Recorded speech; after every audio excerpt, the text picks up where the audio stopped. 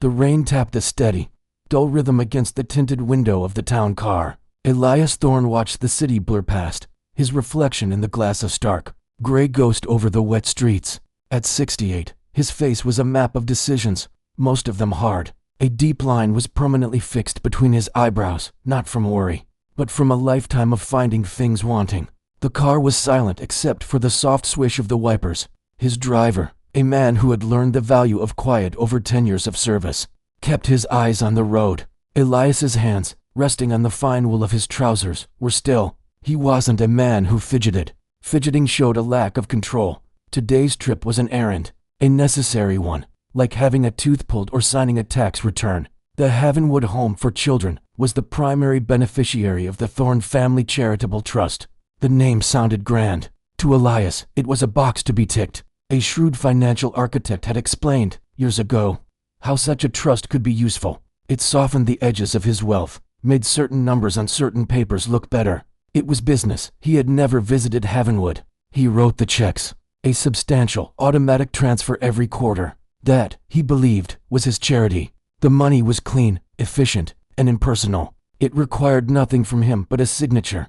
But this year, a new lawyer, younger and keen on governance and transparency, had pointed to a clause in the trust documents. The principal donor was encouraged to make an annual site inspection. Encouraged was a soft word, but the lawyer's meaning was clear. Not doing it might raise questions.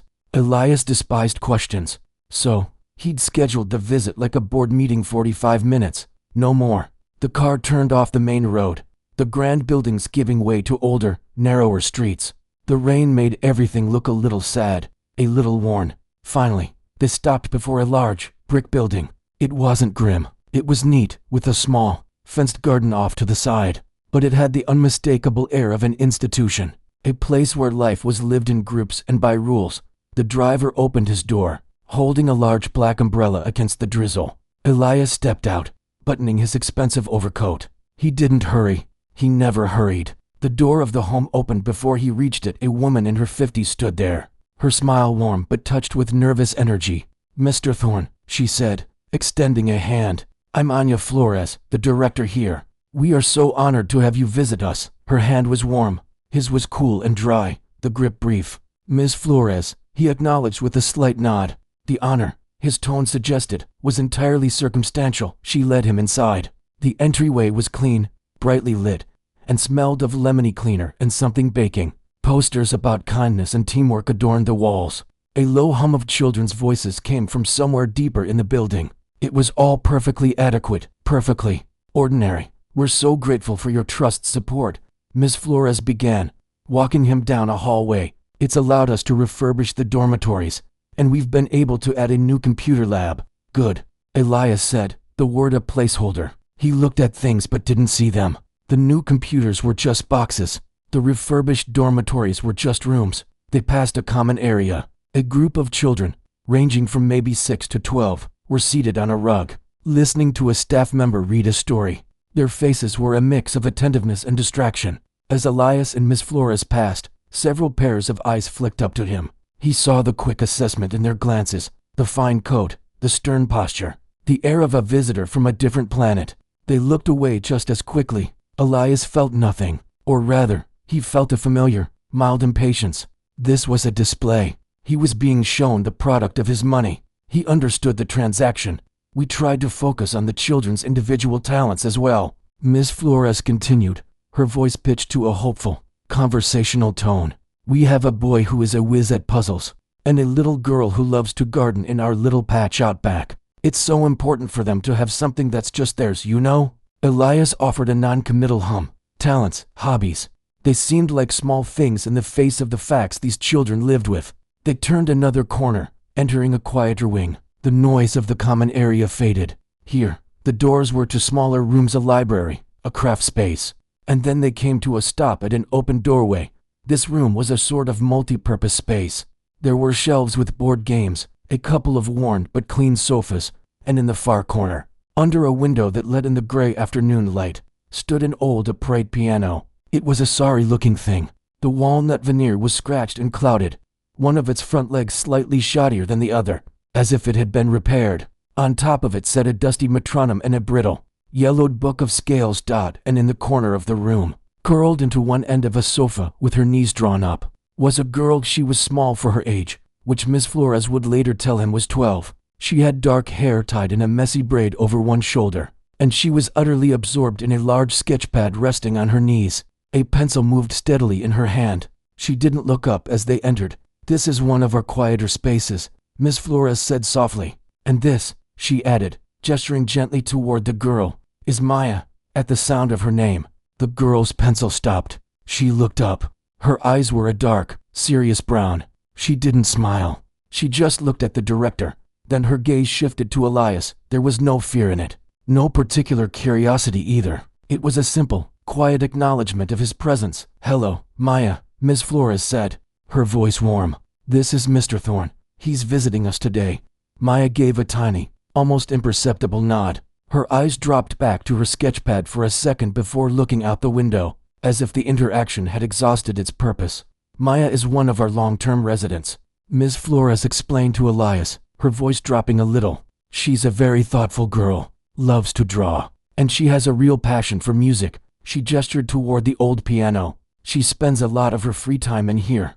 Elias's eyes traveled from the girl, who seemed to be trying to disappear into the sofa, to the dilapidated piano. A passion for music? With that instrument? The idea struck him as faintly ridiculous, a sad little fantasy. The room felt heavy with a silence he found irritating. He was a man who dealt in reality steel, concrete, profit margins. This scene, the silent girl and the broken piano, felt like a painting meant to evoke pity. He was not in the business of pity. He took a step into the room, his expensive shoes quiet on the linoleum floor. He needed to move this along, to complete the inspection and leave. The comment left his lips before he could think better of it. It wasn't meant for the girl, really. It was a cynical aside, a remark for Miss Flores, for the universe, for himself. A verbal eye roll at the whole sentimental setup. He looked at the piano, then back at the girl who hadn't moved. A dry, humorless smile touched his lips.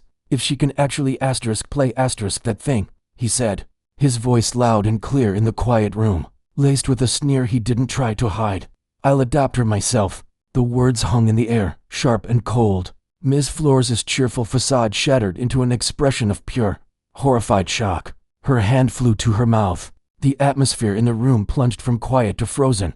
Elias almost chuckled at the reaction. It was exactly the kind of uncomfortable silence he'd expected. He had named the unspoken absurdity as he saw it. He waited for the director to stammer a polite deflection, to guide him quickly out of the room and past this awkward moment. But Maya didn't gasp. She didn't look hurt or angry. She simply placed her pencil carefully in the spine of her sketchpad. She closed the book and set it aside. Then, with a movement that was neither slow nor hurried, she uncurled herself from the sofa and stood up. She didn't look at Elias. She didn't look at Miss Flores. Her dark, serious eyes were fixed on the far corner of the room. She took a slow, steady breath, her small shoulders rising and falling, and then she walked, not toward the old, scorned upright piano. She walked past it. The silence in the room was so complete that Elias could hear the faint hum of the fluorescent lights overhead. It was a heavy, thick silence, broken only by the soft sound of the girl's sneakers on the floor. She moved past him, a small, slight figure in faded jeans and a sweater that was a little too big at the wrists. He watched, his arms still crossed over his chest. The initial shock on the director's face was fading into a deep, pained embarrassment. She looked from the girl to Elias, her mouth opening and closing as if trying to find words that would mend the unmendable. Elias ignored her. His eyes were fixed on the child. What was she doing? Was she leaving? A part of him, a small, cold part, felt a flicker of satisfaction. Of course, she was walking away from his challenge. It proved his point. This was all just a sad little game. But Maya didn't go to the door. She went to a low shelf cluttered with donated toys, a box of mismatched Lego bricks, some board games with tattered boxes, a pile of stuffed animals missing eyes or limbs. She reached to the very back of the shelf, her movements careful and precise. Her fingers found what she was looking for, and she pulled it out. It was a keyboard, a small, plastic, electronic keyboard, the kind sold in toy stores for very young children. It was dust-covered, with a smudge of something sticky near the power button. It was so light she could hold it with one hand. Elias almost snorted. This was her instrument?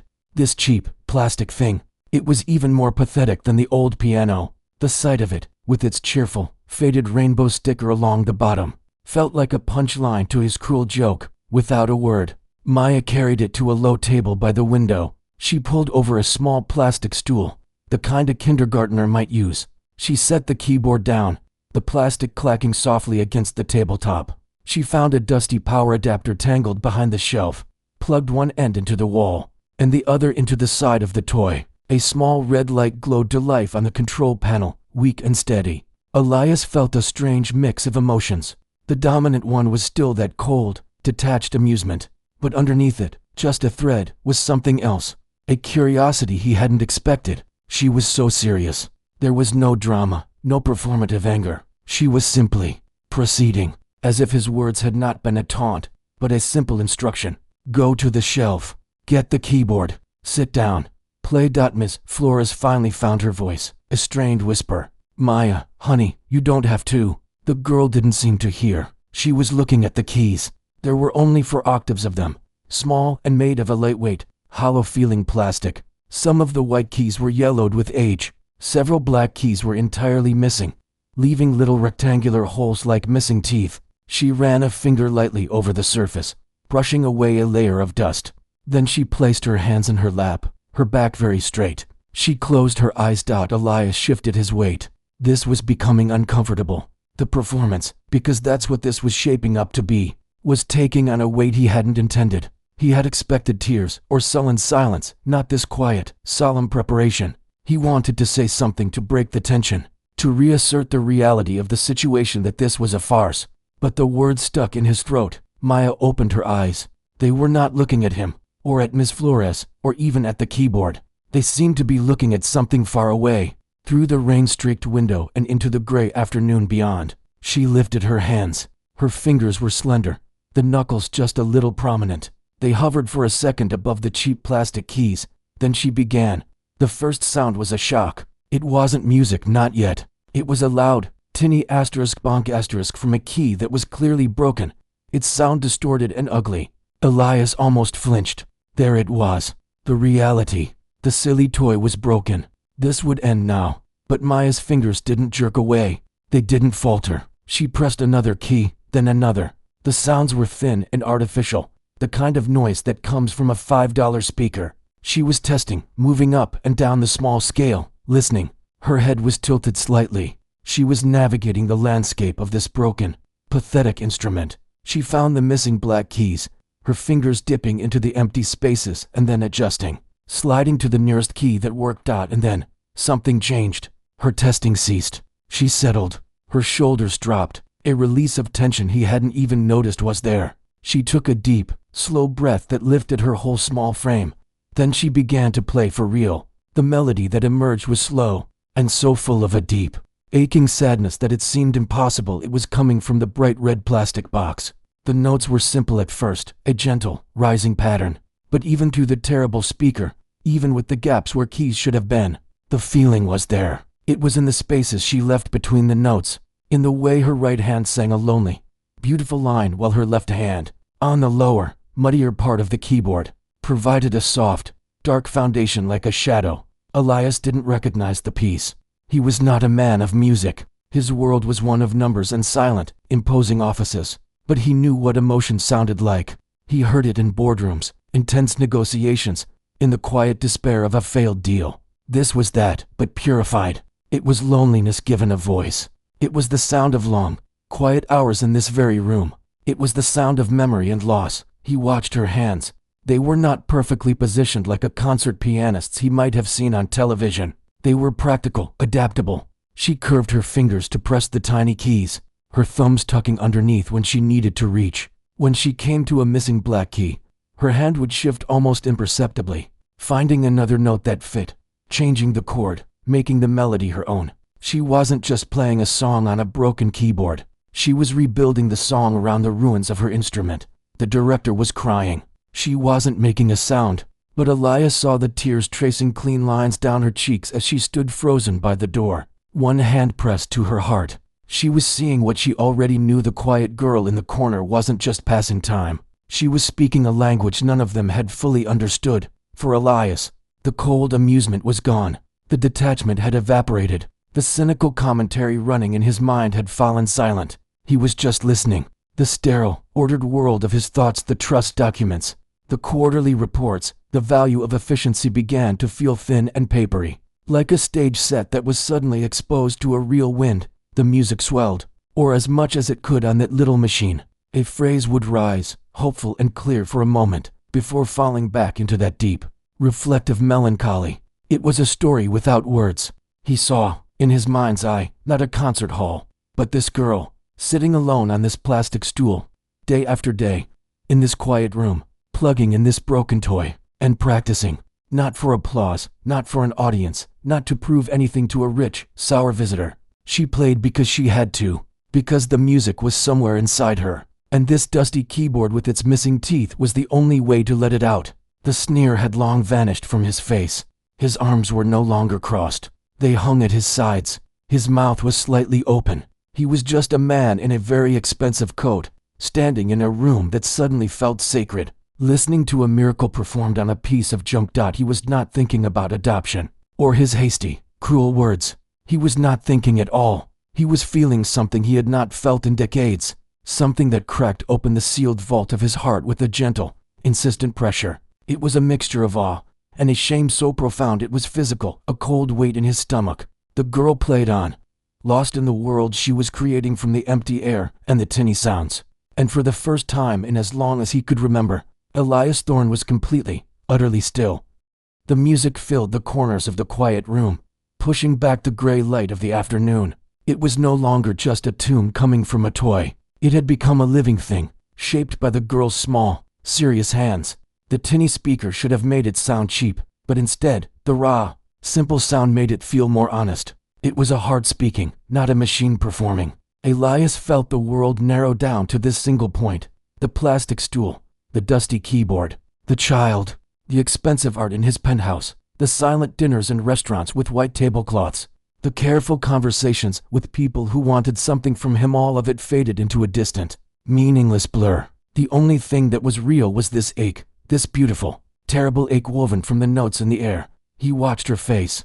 Her eyes were still fixed on that faraway place beyond the window, but they were shining now, not with tears, but with a deep focus, as if she was reading the music from the sky itself. Her brow was furrowed in concentration, but her mouth was soft. She wasn't smiling. She was somewhere else entirely, traveling with the melody. Her fingers danced and stumbled and soared over the obstacles. When the music called for a rich, low chord and her left hand landed on a dead, silent key, she didn't panic. She just lifted that finger and pressed another, adjusting the harmony on the fly, making it her own. The missing notes weren't mistakes. They were spaces for her to fill with feeling. The song had a right-hand melody that was like a voice singing a lonely folk tune, clear, piercing, full of questions without answers. The left hand was the earth beneath it, sometimes steady, sometimes trembling. Ms. Flores had sunk onto the arm of one of the worn sofas, her face wet. She wasn't looking at Elias anymore. She was just listening, her expression one of grief and love, hearing the soul of a child she had cared for, but perhaps had never fully heard until this moment. A new phrase began, lighter, a little quicker, a memory of something happy, perhaps, a sunnier day. Maya's fingers picked out a climbing pattern, a spark of hope. For a few bars, the room felt brighter. Elias found himself holding his breath, hoping the feeling would last. But the music, like a thought turning inward, slowed again. The hopeful phrase drifted away, dissolving back into the main theme, which now sounded even more sorrowful because it had shown that glimpse of light. He didn't know its name, but the piece was Chopin's Nocturne No. 20 in C-sharp minor, a piece often played in times of longing and remembrance, a piece that spoke of empty rooms and forgotten conversations. To Maya, it was simply the song the old lady taught me. It was the last, most beautiful thing her friend had given her before she was gone. She played it to remember. She played it to keep someone alive in the room with her. Elias knew nothing of this, but he felt it. He felt the ghost in the room. He felt the love and the loss poured into every note.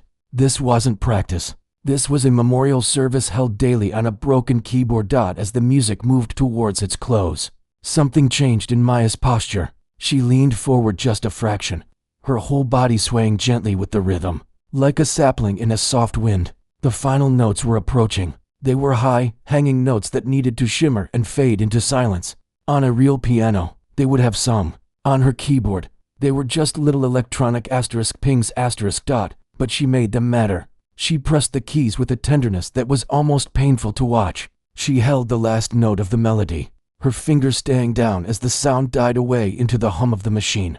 Her left hand played one last, deep, quiet chord. Then it was over. She lifted her hands slowly and placed them back in her lap. She stared at the keys for a long moment, as if saying goodbye to the world she had just been in.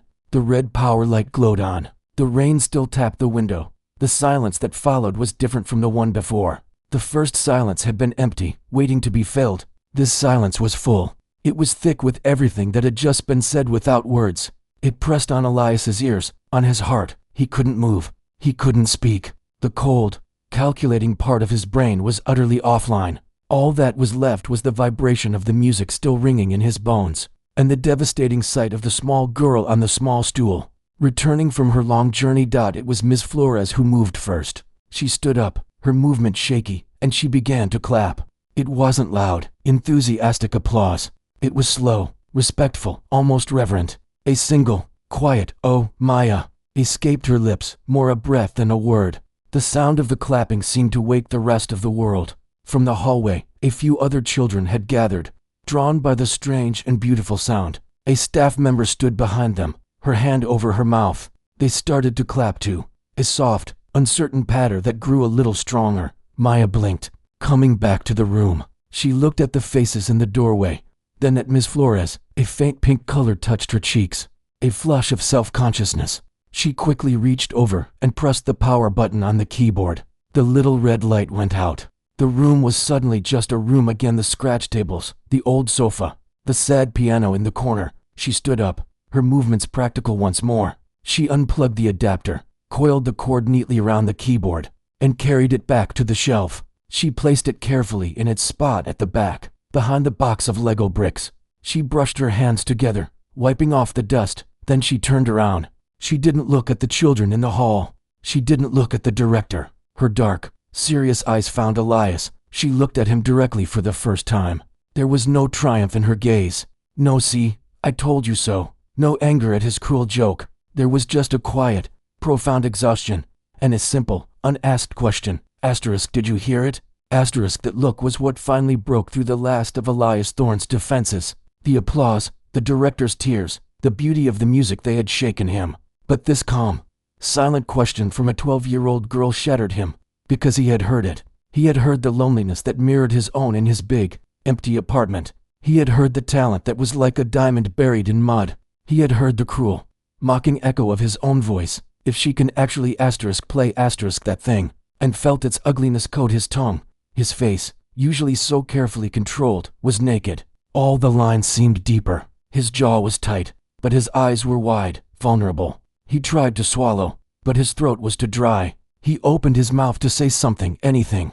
An apology? A compliment? Something to bridge the canyon that now yawned between the man he had been when he walked in, and the man he was now. No sound came out. He just stared back at her. A wealthy, powerful man rendered utterly speechless by a child and a broken toy. Maya held his gaze for a second longer. Then, as if the connection was too much, or her energy was spent, she looked down at the floor. She walked back to her spot on the sofa, picked up her sketchpad, and curled back into her corner. She opened the book, found her pencil, and started to draw again. The shutters had closed. The performance was over. The musician had gone back inside, but the audience of one remained, shattered in the center of the room, surrounded by a silence that now roared in his ears. The clapping from the hallway trickled off into an awkward murmur. The children, sensing an adult tension they didn't understand, were shepherded away by the staff member. Ms. Flores wiped her cheeks with the backs of her hands, her breath still coming in little shaky hitches. She looked from Maya, who was once again a small, closed-off figure on the sofa, to Elias Thorne. The man was a statue. He hadn't moved since the last note faded. His face was a pale mask, all the usual sharp angles gone soft with shock. He was just staring at the space where the girl had been sitting, at the now silent keyboard on the shelf. "Mr. Thorne?" Ms. Flores's voice was gentle, tentative, like she was speaking to someone who might startle. "Would you?" Would you like to see the new garden area? We could. Her words seemed to reach him from a great distance. He blinked slowly. Then, without a word, he turned on his heel. His movement was stiff, unnatural. He didn't look at her. He didn't look at Maya. He just walked straight out of the room and back down the hallway they had come from, his expensive shoes making no sound on the linoleum. He wasn't heading for the garden. He was heading for the front door. Ms. Flores hurried after him, worry creasing her brow. Mr. Thorne, please, if I said anything, or if I'm so sorry about. He reached the heavy front door and pushed it open, stepping out into the cool, damp air. The drizzle had softened to a mist, hanging in the air like a veil. His driver, leaning against the town car, straightened up immediately, sensing something was wrong. Sir? The driver asked, moving to open the rear door. Elias didn't answer. He waved a hand, a sharp, dismissive gesture. He walked past the car, past the neat fence of the home, and into the small, communal garden at the side of the building. It was a patch of grass with a few wooden benches and a sad-looking swing set, beads of moisture clinging to the chains. The driver looked questioningly at Ms. Flores, who had stopped in the doorway. She shook her head slightly, her face full of concern, and stayed where she was, giving the man space she now understood he desperately needed. Elias walked to the far end of the garden, where a bench sat under a bare, twisted cherry tree. He didn't sit. He braced his hands against the cold, wet wood of the bench's backrest and hung his head. The cold air did nothing to clear the storm inside him. It was like the music had unlocked a door in a room he had sealed shut decades ago, and now everything was flooding out, chaotic and loud. He saw his own childhood not in a clean, bright home, but in a series of cramped, quiet apartments. His father had been a stern, disappointed man, a watchmaker whose own dreams had broken. There was no music in that home. There was the tick of clocks, the sigh of his mother, and the heavy silence of expectations not met. Love had been a conditional thing, a reward for achievement, and it had always felt just out of reach. He had learned then to build walls, to make himself hard, to find his worth in what he could build and control, because the soft, messy world of feeling had only ever brought pain. The music, that girl's music, it was the sound of that same loneliness, but it wasn't silent, it wasn't buried, it was sung. It was given shape and beauty. He had buried his own hurts under layers of steel and concrete and money. She had turned hers into art. Then, another memory, sharp and sudden, pierced through. His wife, Eleanor, she had played the piano, a beautiful, glossy grand piano that had sat in the sunroom of their first proper house.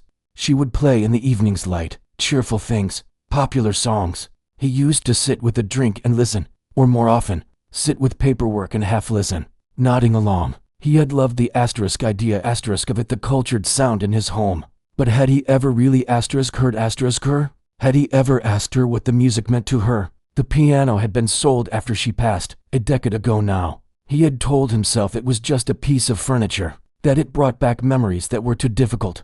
Now, standing in the mist, he wondered if he had just been afraid of the silence it would leave behind, a silence he was now drowning in, and his words, his own, sneering voice played back in his head, louder than the girl's music had been. If she can actually play that thing, I'll adopt her myself. It wasn't just a joke, it was a cruelty. He had taken her deepest, most private self, this fragile, beautiful thing she nurtured in a corner with a broken toy, and he had thrown it on the ground, like a challenge. He had reduced a miracle to a circus trick, and she, with a quiet dignity that shamed him to his core, had simply picked it up and shown him what it truly was.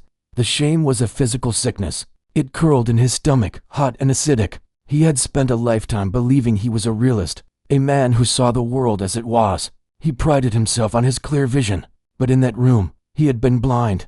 He had seen an orphan, a charity case, a problem to be managed with a checkbook. He had not seen a person. He had not seen an artist. He had not seen a soul. He thought of his life now, the silent penthouse with its perfect view, the meetings where people agreed with him not because he was right, but because he signed their paychecks, the endless, circular conversations about wealth management and legacy planning. A legacy of what? More money? A name on a building? What was his music? What had he ever made that was beautiful? What had he ever given that wasn't a transaction? The girl, Maya, with her worn sweater and her serious eyes, had more riches in her little finger than he had in all his accounts. She had a gift. She had a heart that could speak in a language that stopped time.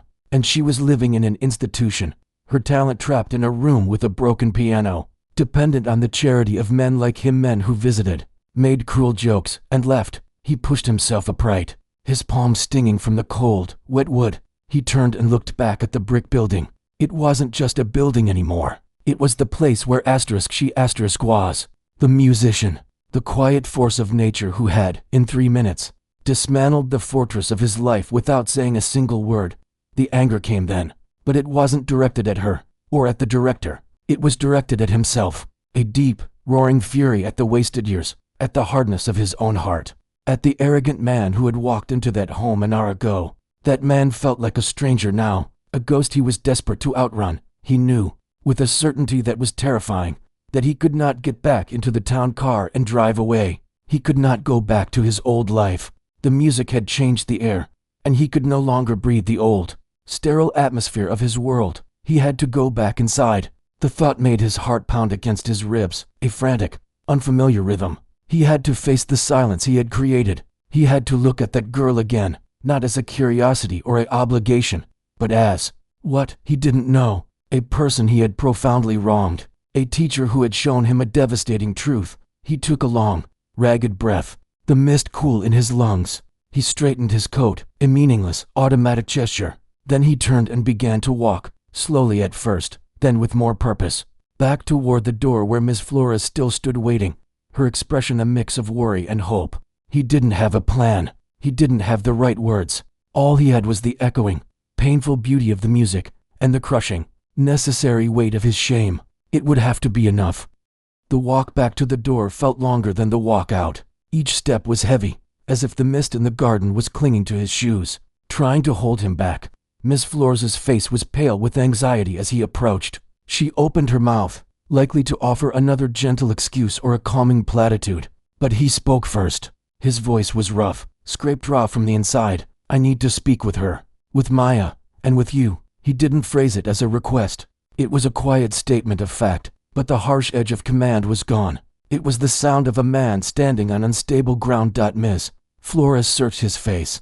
The arrogance, the coldness she had seen before was completely gone. In its place was something hollowed out, something urgent and painfully open. She nodded slowly. Of course, we can use my office. It's quieter. She led him, not back to the music room, but down a different hallway to a small, cluttered office. There were files on the desk, colorful drawings by children pinned to a corkboard, and a comforting smell of old books and tea. Please, sit, she said, gesturing to a chair. I'll go get Maya. It might take a moment. He didn't sit. He stood in the middle of the room, feeling too large and too awkward for the small, warm space.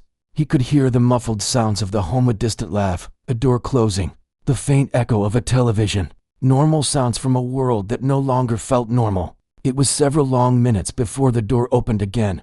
Miss Flores entered first, her hand resting gently on Maya's shoulder. The girl followed, her head slightly bowed. She had her sketchpad clutched to her chest like a shield. She didn't look at him. She sat in the chair Miss Flores guided her to, folding in on herself, making herself small. Miss Flores took the seat behind her desk, a protective barrier. The air was thick with a waiting silence. Elias knew he should begin. He had rehearsed nothing in the garden. There were no right words. He cleared his throat, the sound too loud in the quiet room. He looked at the director, then forced his gaze to the top of the girl's head, where her dark hair was parted in a neat line. What I said, he began, the words stumbling out. In the other room, it was. He wanted to say wrong, ugly, unforgivable, but they all stuck. It was cruel, and I am deeply sorry. Maya didn't move. Miss Flores watched him, her eyes soft but wary. He pushed on, turning his body slightly to face Maya more directly. The way you played, I have never heard anything like it. He said it simply, with a raw honesty that cost him. It wasn't just notes. I could feel it for the first time. Maya's eyes flicked up, just for a second, meeting his. There was a flicker of something, not forgiveness, just assessment. Seeing if he was telling the truth, he took it as a sign to continue. He needed to get away from the compliment, from the performance. He needed to get to the person. Miss Flores said you have a passion for music. Who taught you to play like that? Maya looked at the director, who gave her a small, encouraging nod. The girl's voice, when it came, was so quiet Elias had to lean forward to hear it. It was clear and soft, like her music. An old lady, Mrs. Ainsley. She lived here before. She used to be a teacher. Maya spoke to her hands, which were tracing the edge of her sketchpad. She said my hands were good for it. She taught me for 2 years. She had books. Where is she now? Elias asked. Though he dreaded the answer, she got sick. Then she went away. Maya said it with a flat finality that children use for the hardest truths. She left me her books. The piano book with the song, and some others. Elias felt a new layer of understanding settle over him. The ghost in the music had a name, Mrs. Ainsley. Another thread in the tapestry of this child's loss. The music was a lifeline, a connection to someone who was gone. And you've been practicing? From her books. On that keyboard? He asked. Maya nodded. The big piano is too loud sometimes, and some of the keys stick. The keyboard is. Mind *, mind. *. The word hung in the air. In a life where so little was hers, that broken plastic thing was a kingdom. Elias looked at Miss Flores. She needs a teacher, a proper one, and she needs a real instrument. Not that. He stopped himself from criticizing the old upright, the place where this had started. A good one. A piano that has all its keys, that can make the sounds she hears in her head. Miss Flores's eyes filled with tears again, but this time they were of relief. That is a wonderful thought, Mr. Thorne. But lessons, a quality instrument. The trust is generous, but our budget for special programs is very thin. It's not a thought, Elias said, and his voice found a new firmness. Not the old arrogance, but the solidity of a decision made. It's a promise. I will personally arrange and cover it. Starting this week, she will have the best teacher I can find, and a piano will be delivered here, for her to use. He saw Maya's head come up fully now. She was looking at him, her dark eyes wide with a confusion that was almost fear. Such a big, sudden offer was as terrifying as a sneer. It was too much, too fast. He knew he had to slow down. He had to address the giant, silent thing in the room, the promise he had thrown out like a weapon. He moved then, slowly, so as not to startle her. He didn't go closer. Instead, he lowered himself, awkwardly, until he was kneeling on the worn office carpet. It put him below her eye level. He was an old man in a rumpled, expensive coat, kneeling before a child in a too big sweater. He looked directly into her face, his own expression utterly serious. Maya, he said, her name feeling strange and important on his tongue. What I said before, about adoption, I said it for the wrong reasons. I said it to be mean, and that was wrong. He took a breath. I am not asking you because of that joke. I am asking you because of the music. Because after hearing you play, I cannot just walk away. I have a big, empty house. It is rooms that never get used. It is very quiet. He paused. The truth of his own loneliness laid bare. I think, maybe you should not have to practice on a broken keyboard, and I should not have to live in a silent house. He saw her grip tighten on her sketchpad. She was listening with every fiber of her being. I cannot replace the people you have lost. No one can. And this place, he gestured around, meaning the whole home, is full of people who care for you. Miss Flores cares for you very much. The director let out a soft sob, quickly stifled. This would not be about saving anyone, Elias said, and he knew this was the most important part. It would be an invitation. You could still see your friends here. You could have your lessons. You could have a room for your drawings and a piano that works. And he struggled for the last words. I would like to listen. If you would ever play again. He didn't say I'll be your father. He didn't make grand promises of a new life. He offered a room, a piano, and an audience. It was all he had that was real to give. The silence that followed was different from all the others. It was a thinking silence. Maya looked from his face, etched with a hope he didn't know how to hide, to Miss Flores's tearful, encouraging smile. She looked down at her own hands, the hands that had built a bridge with music. It was too big to answer. It was a question that changed the sky. Finally, she moved, not to speak, but to open her sketchpad on her lap.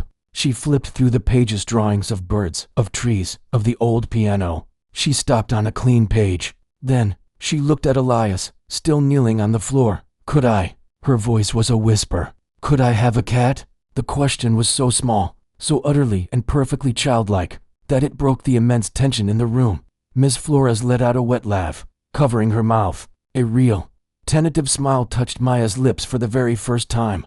Elias felt a strange, warm pressure behind his own eyes. He nodded, his voice thick. Yes, he said. I believe that could be arranged. He hadn't gotten a yes.